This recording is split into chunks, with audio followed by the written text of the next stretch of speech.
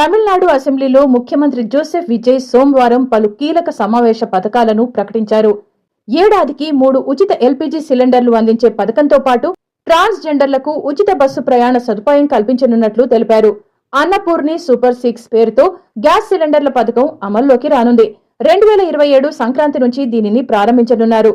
ఏటా 2.5 లక్షల లోపు ఆదాయం ఉన్న కుటుంబాలకు ఈ ప్రయోజనం వర్తిస్తుంది. సుమారు 1.30 కోట్ల కుటుంబాలకు లబ్ధి చేకూరనుంది.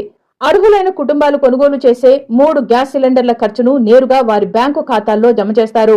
ఈ పథకానికి ఏటా సుమారు 4,000 కోట్ల వ్యయం అవుతుందని ప్రభుత్వం అంచనా వేసింది.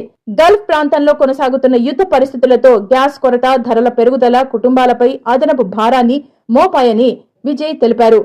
చెన్నై సమీపంలోని పరందూర్ విమానాశ్రయ ప్రాజెక్టుపై విజయ్ మరోసారి తన వ్యతిరేకతను స్పష్టం చేశారు. ప్రాజెక్టుతో ప్రభావితమయ్యే కుటుంబాల పక్షాన నిలుస్తామని చెప్పారు. ప్రత్యామ్నాయ ప్రాంతాలను ప్రభుత్వం పరిశీలిస్తోంది అన్నారు. ఇప్పటికే కొన్ని ప్రాంతాలను గుర్తించినట్లు తెలిపారు.